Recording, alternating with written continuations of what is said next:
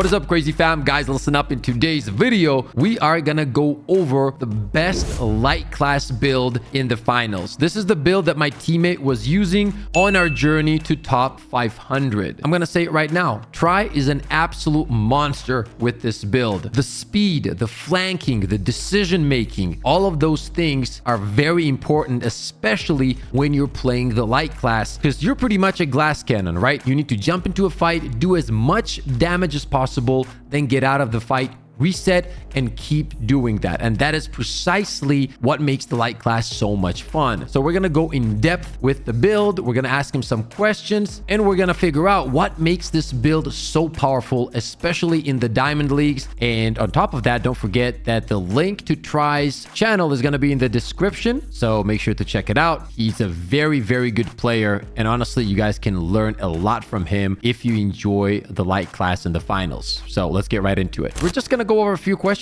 so we can kind of pick a brain of a top 500 light player, and we're gonna go from there. First thing I want to ask you is, what is your main weapon? My main weapon is the XP54, just because you have the range capabilities of the SMG with like a top time to kill and the scope to make it easier to track opponents on further distances, and like not to be forced into the melee range of the double barrel, for example. Yeah, so, and that's a great point, because when you and me play together, and we would get a lot of picks just by, you know, team firing, and I'm playing at the medium range. And even though, like, let's say somebody was all the way up there, you would help me a lot with this weapon to get some cool team kills. So not only does it have really fast TTK, but it has really good range. So yeah, I feel like, as you said, also the scope is what makes it really friendly for maybe even new players. As soon as they can get their hands on this weapon, it's easily S tier. Yeah, I would definitely say it's worth mastering that weapon. Understand the recoil patterns and everything like that. Yeah, 100%. S tier weapon, I would say, for the light class at the moment. Because there is another option, the double barrel, which is very, very popular, and a lot of people use it. As you said, like, the double barrel does force you into melee range, and you can't really get team kills with it as good as you can get with this weapon, especially when you're fighting people that are mid-range. So I can see why this is an easy pick for you on the light class. Okay, now I want to go over the gadgets, and one of the gadgets that I see you use all the time is the glitch grenade. Why would you use the glitch grenade, especially on the higher level of gameplay such as diamond leagues, and why do you think it's a good pick? In my opinion, it's like a must-have for light these days, just because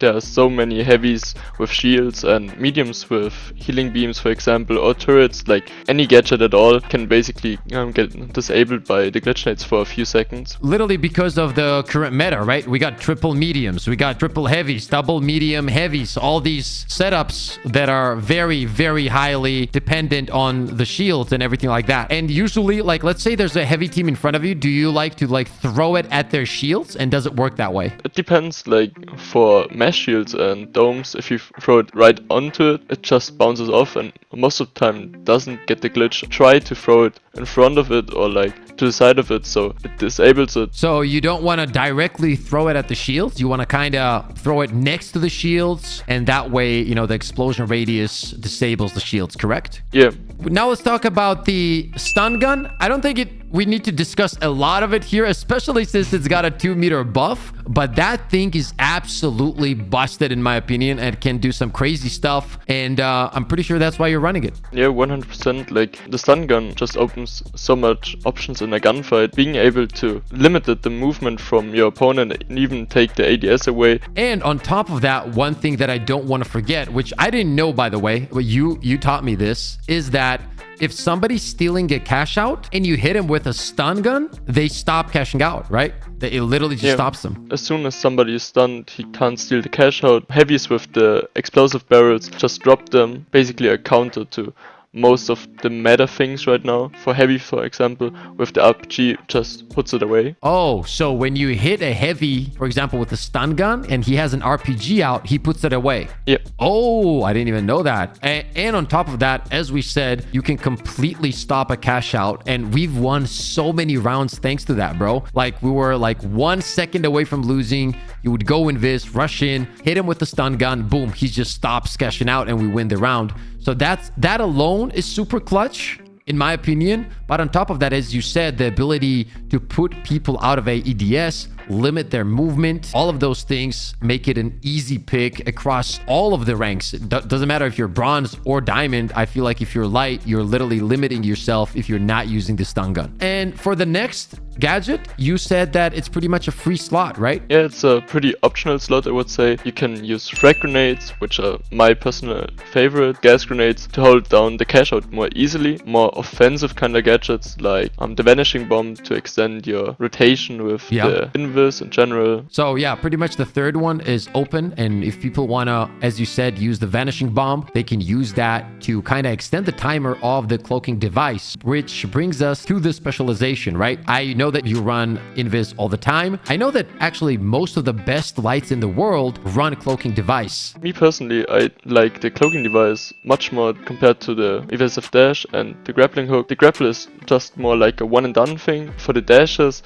you have you use it offensively, but most of the time you don't have them for just getting out of situations, which is just not the case for the cloaking device. Okay, yeah, so once again, the specialization, definitely cloaking device. It gives you the ability to get in, deal damage, and get out. And at the same time, I feel like it lasts a long time too. Like the cooldown's not bad at all. It recharges really, really fast. There's no really downside to using it. And on top of that, like in the fight itself, it's really hard to see. It's not easy to track. It really isn't. And especially if people play the way you play, where you flank a lot, get around the enemy, wait to kind of third party, just do what lights should be doing at all times. I feel like the cloaking device becomes, and as you said, an easy pick, right? Okay, let's quickly go over some movement. And let's say you're in a gunfight.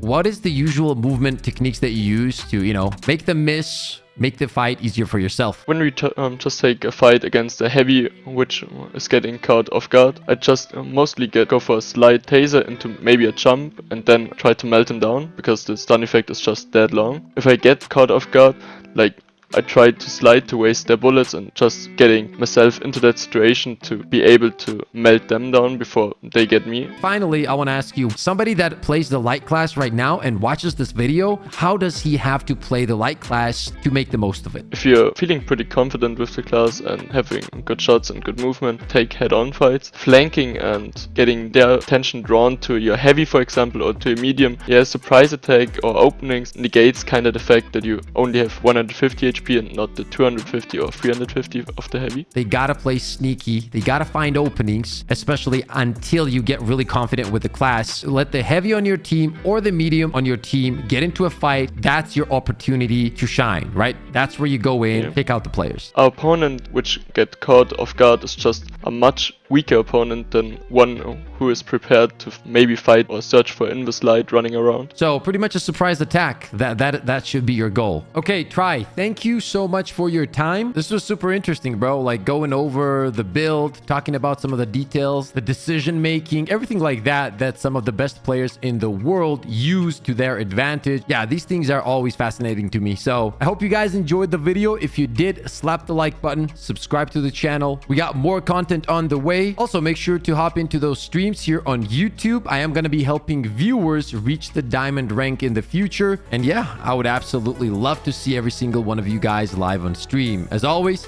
stay positive, stay disciplined, and I'll see you on the next one. Let's go! Let's go, baby! Let's go! I mean, we literally have the best community of all time. Oh! Oh, he got no scoped!